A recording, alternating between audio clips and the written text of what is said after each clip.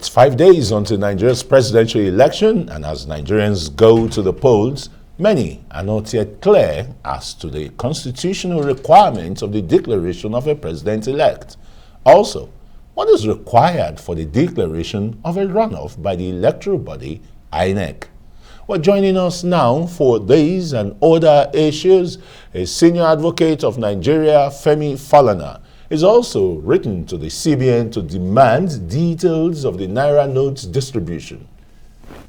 Honorable Silk, thanks so very much for joining us. Thank you very much. I can see you are in a very combative mood. No, not quite. Not quite. Okay, let's start not on so much of a lighter note, but let's look at the constitutional requirements of declaring a president, particularly at this time that political pundits are forecasting if you don't win at the first ballot, there's going to be a runoff. Tell us more, please. Well, the Constitution requires that for a clear winner to emerge, you must have recorded 25% of the votes in at least 2/3 of the states. And of course, the majority of lawful votes. There is a problem with respect to the interpretation of 2/3. 25% of 2/3. That's, you know, will easily remind you of 12 2/3 during the Second Republic. Yeah, but the court has already established the principle that you cannot fractionalize a state. So we're talking of 24 states. All right. Out of 36. But there is also a new argument that both the Court of Appeal and the Supreme Court have held that the Federal Capital Territory is a 37th state in the country. Because Section 299 of the Constitution provides that Abuja shall be treated as a state, FCT shall be treated as a state. Yeah. So if that interpretation is accepted, then we should be talking of about 25 states. All right.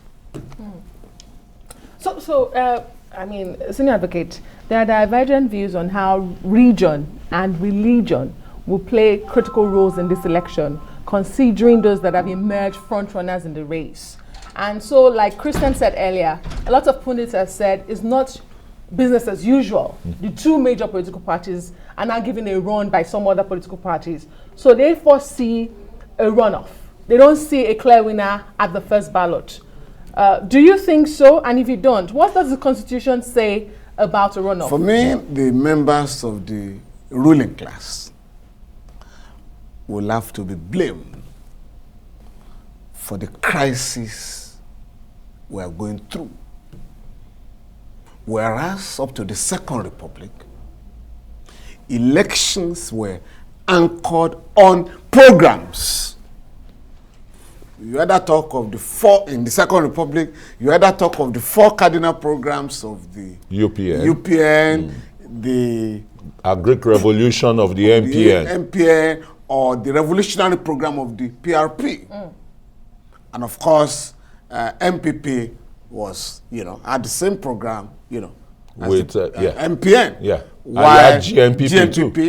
So along the same line of MPP. But now, you can't draw a line of dichotomy between the APC and PDP and other. As a matter of fact, in the parliament now,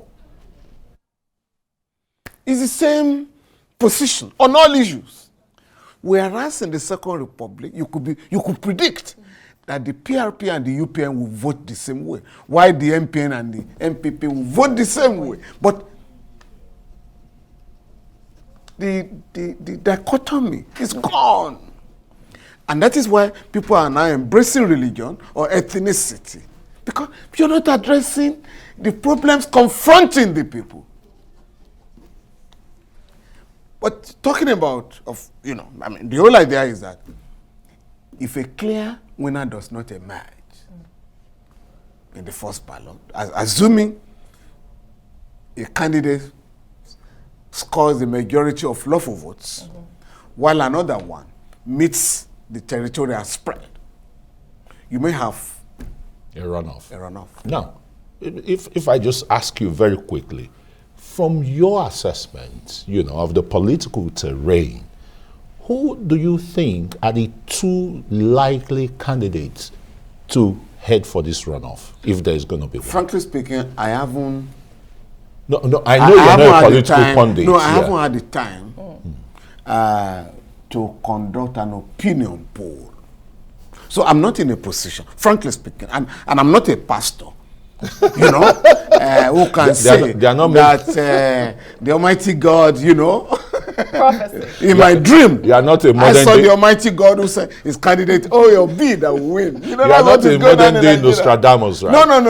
I'm not a psychologist, Okay, so even though you might not be able to predict, you don't have a crystal ball, and you say you have not paid enough attention to what's going on, how would you describe, I mean, you're a Nigerian, you're also a senior advocate of Nigeria. How would you describe the mood of the country barely for 5 days to the election? By now, Nigerians will have been fully prepared for the election. You think we're not fully prepared? Unfortunately,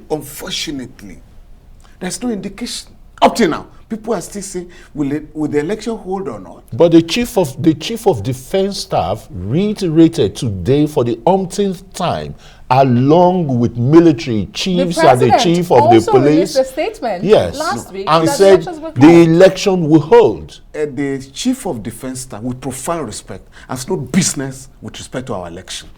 I mean, I was very embarrassed when I saw the... No, but they serve as buffer. Please, when I saw the Inspector General of Police, standing, by his right hand, you can see. And the man is talking. No, we are under a democratic system of government. Yeah. It's the Inspector General of Police that should be speaking for the security people, because it is the police under the law that will man the post. The army, the armed forces, are only asked to stand by.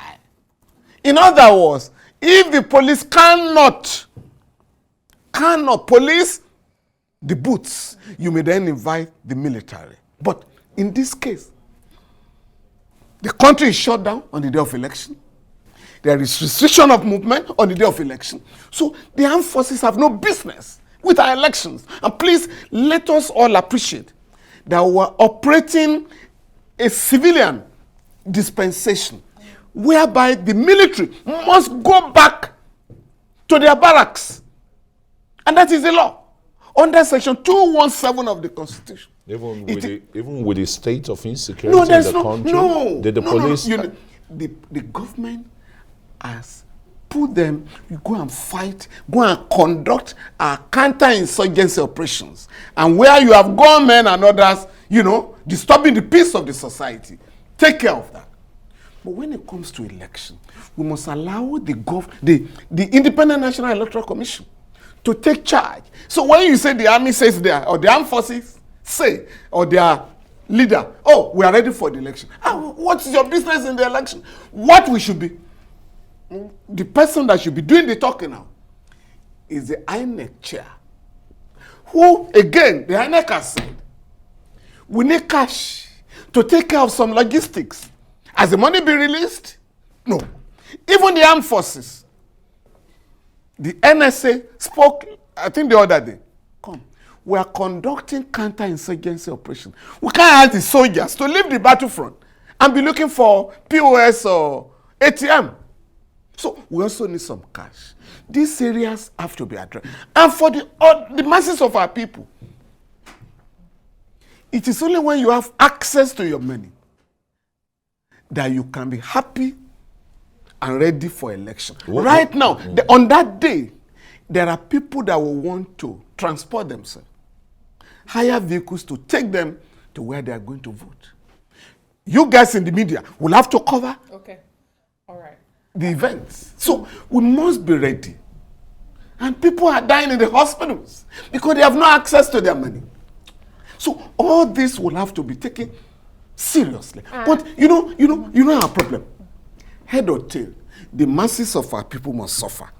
Some people have hidden billions of naira at home, so we must suffer for it. We have now given out new notes.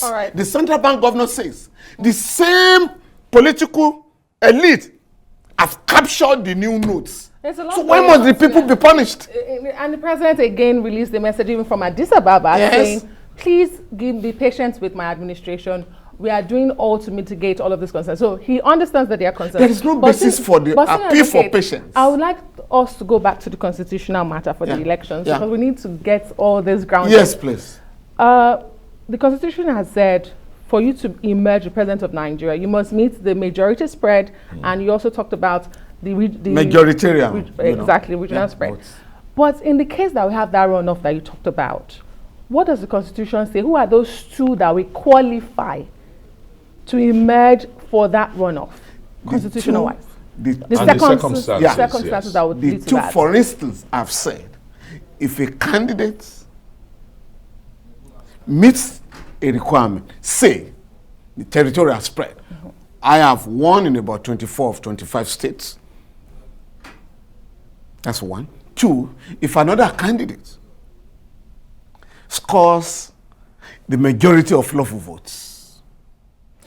In other words, if no candidate satisfy both conditions. It has to be both conditions. Yes, both conditions. Because pundits say we do have, some people say we do have 3 front runners. Others will say we have 4. Pundits have said they don't see a situation where anybody can win the majority votes in the first round outrightly, because these votes are now torn between regions and religion, the major factors that may be playing, and of course age and other things that may be playing into this election. So in a situation where 4 of them, for instance, split the majority votes, does that qualify for a runoff? Because the second condition has not even come into the picture. As far as the law is concerned, it's likely to be the 2. It's likely to be, we should be talking of 2 candidates. If you are then going to have a runoff, there will now be negotiations between the 2 leading candidates who are likely to go to what you used to call the electoral college, you know, now appealing to the other that may have fallen by the wayside to give them support if you are going to have a rerun, you know, of a fresh election. So that's the position. But I can't see a situation whereby the 4 candidates, or, you know, according to you, 4 leading candidates. Or 3. Or 3, you know, will meet the requirements. You know, as things are, you should be talking of 2 at the end of the day. So once the 2 cannot meet the 2 requirements, then you are going to have a fresh Tell election. us the likely 2. No, I cannot. Frankly speaking, I'm not going to do that. Unlike you have the liberty to engage in speculations. I'm a lawyer. No. I deal with evidence. No, we're dealing with evidence. I don't engage in conjecture. You are evidential to the discussion here as a Nigerian, as an elite. Yes. You might be apolitical, but you have your sympathy. For instance, I may tell you, I don't even agree with your own analysis of 4. How many leading? There may be some people from the rear. Dark horses. Of course, you may call them dark horses. We may have surprises in the election. There are some of them who are going to take control of their area. All right. You know, some will have territorial spread. So, as the Americans will say, it's too close to call now. So that would be your conclusion there now. Please. Okay, let's move on to this issue of monetary powers and laws and the rest. What is the power of state governors, for example, on monetary issues? Is it not, an issue of, you know, the federal government, the Central Bank of Nigeria particularly, that has that power to decide the issue of econometrics and what have you for the country, for the federation? Legislative list, for currency. There is a body, constitutional body, known as National Economic Council, headed by the Vice President. All the 36 state governors are members. The governor of the Central Bank is a member. The Minister of Finance is a member. That body is the only one recognized by the Constitution to advise the President on the economy. And the economy goes beyond, will cover the fiscal and monetary policies of the country. Secondly, the 36 state governors, the 36 state governments and the local governments are beneficiaries, of the fund of revenue in the federation account. So they have the right to say we are challenging a monetary policy that is not in the interest of our people. Whether you agree with them or not is another matter.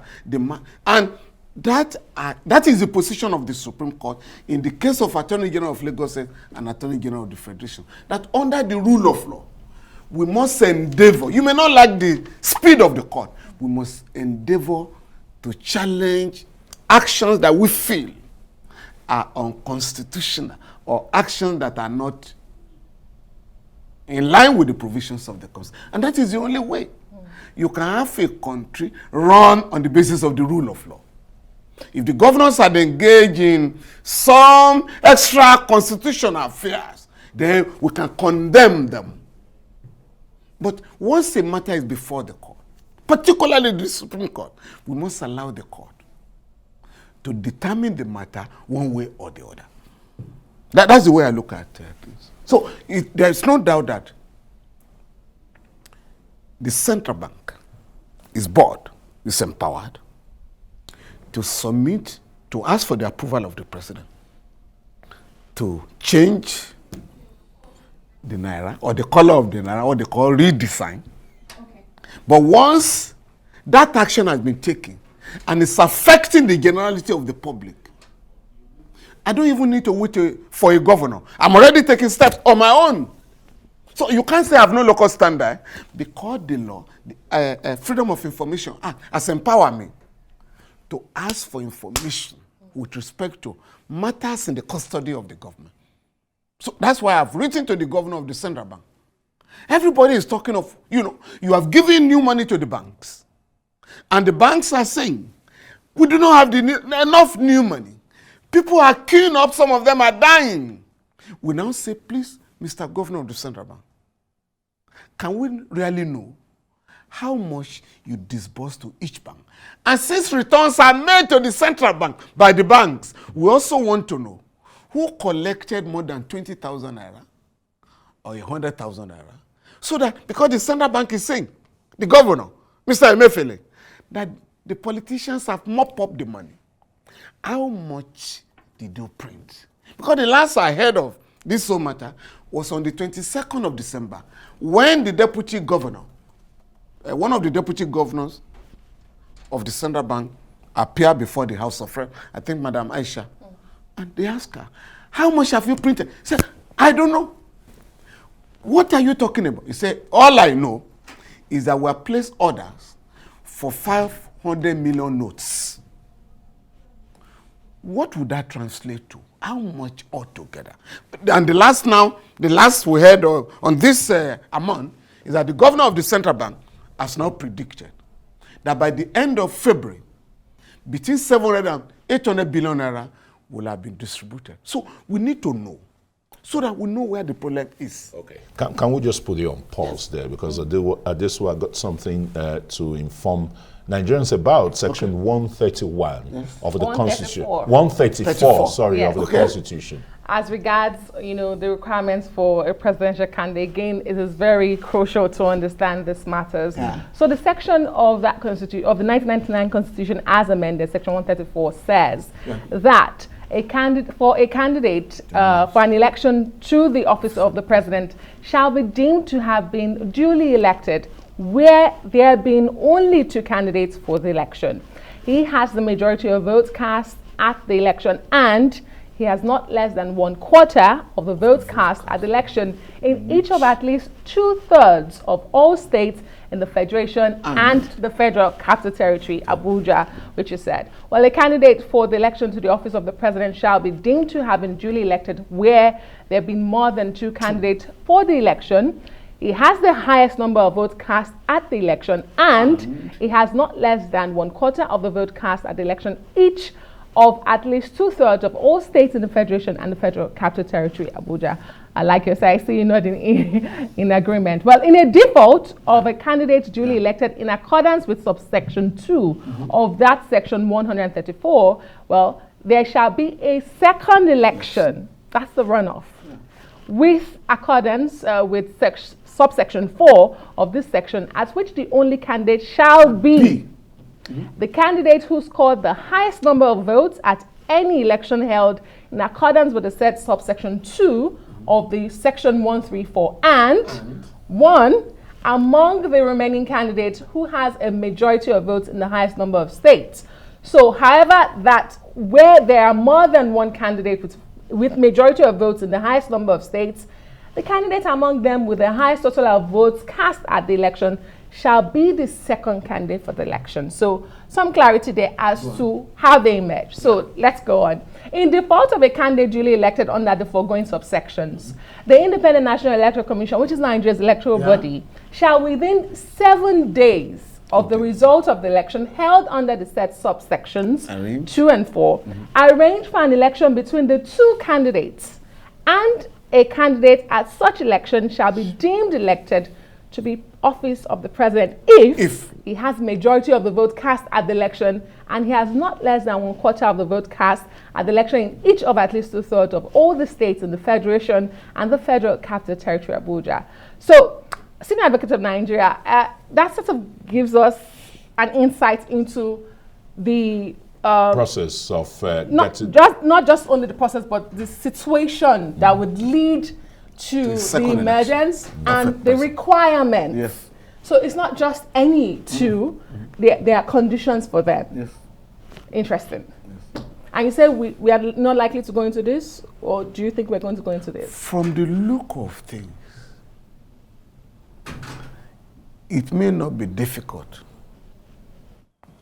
for one or two candidates to meet the requirement of a territorial spread. That is 2/3 majority of the 36 states and the Federal Capital Territory. Talking of 25 states. That's to elect. Now, because we want our viewers to understand it. Second, there's a lot to read there. The second condition is whoever has the majority of lawful votes, in the totality of the votes, whoever scores the highest will have been deemed to have been elected as the president. But if no candidates meet that requirement or those two requirements, then you're going to have a second election.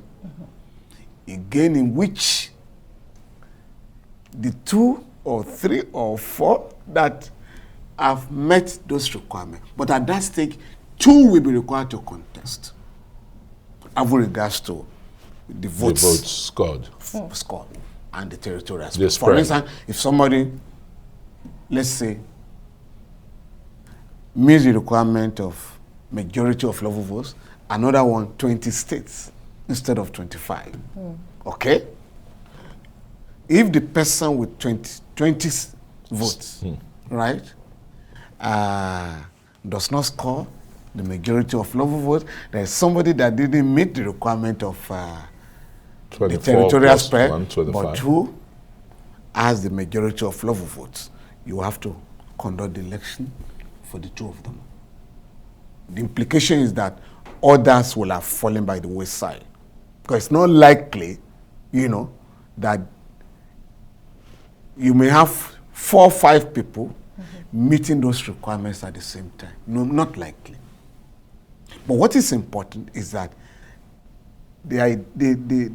those who wrote those provisions wanted a situation where the president that will emerge will be,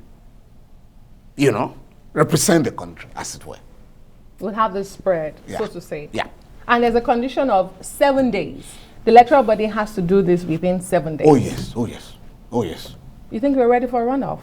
Should we go into INEC, I go by the commitment of INEC. INEC says we are fully prepared for this election. We only hope that all the necessary logistics will be provided by the government. The central bank in particular, which is now, giving us electoral guidelines.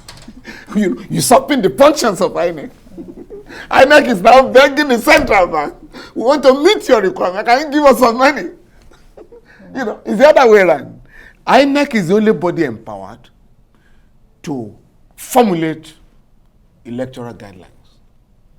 But, these are interesting times. Very interesting times indeed. Senior Advocate of Nigeria, Femi Falana. Okay. And like you said, let's wait for the Supreme Court to decide, because we've been having a plethora, of issues on the CBN. The governors have even taken a position as if, the CBN Act, they can overrule it, but that is unconstitutional. No. So we'll wait. No. The central bank has its power. Yeah. According to you, the central bank is supposed to be independent, but Mr. Emefiele runs to the villa every day. So you wonder what's going on. Is it not supposed to be independent? You say it's supposed to be. Is it not independent? Once it's appointed by the president and the appointment is ratified by the Senate, it's required to run the central bank. Apart from where you are required to seek approval of the president, you can't turn the central bank into an extension of the villa. There are problems there. Well, there have been several meetings between the stakeholders, and there have been assurances and reassurances that there is money for these institutions to carry out the election, to prosecute the elections, to deliver credible elections to Nigeria. We also do know that some monies just 5 days away are going to be released just today. Yes, just today, INEC has confirmed and said, with all authority, that the CBN is releasing money. No, the CBN is releasing. When? Tomorrow. Okay, so tomorrow. Let's wait till tomorrow. That's the latest but information. Again, to the CBN, yes. All right. So there's sure wouldn't be any. Frankly speaking, you should please appeal to the president. Even if you don't want the old money, can the masses of our people have enough new notes to take care of their own affair, to send their children to school? You are sending a child to school in the morning. You have to give money for transport. Workers want to go to work. They have to pay cash. And there are other logistics that require payment of cash. There is no country in the world today, you know better than I do, that is cashless. None. Senior advocate, I don't know more than you do, but thank you so much. We do appreciate the time you spent with us on the news tonight. Thank you. Thank you very much. All of this. Thank you.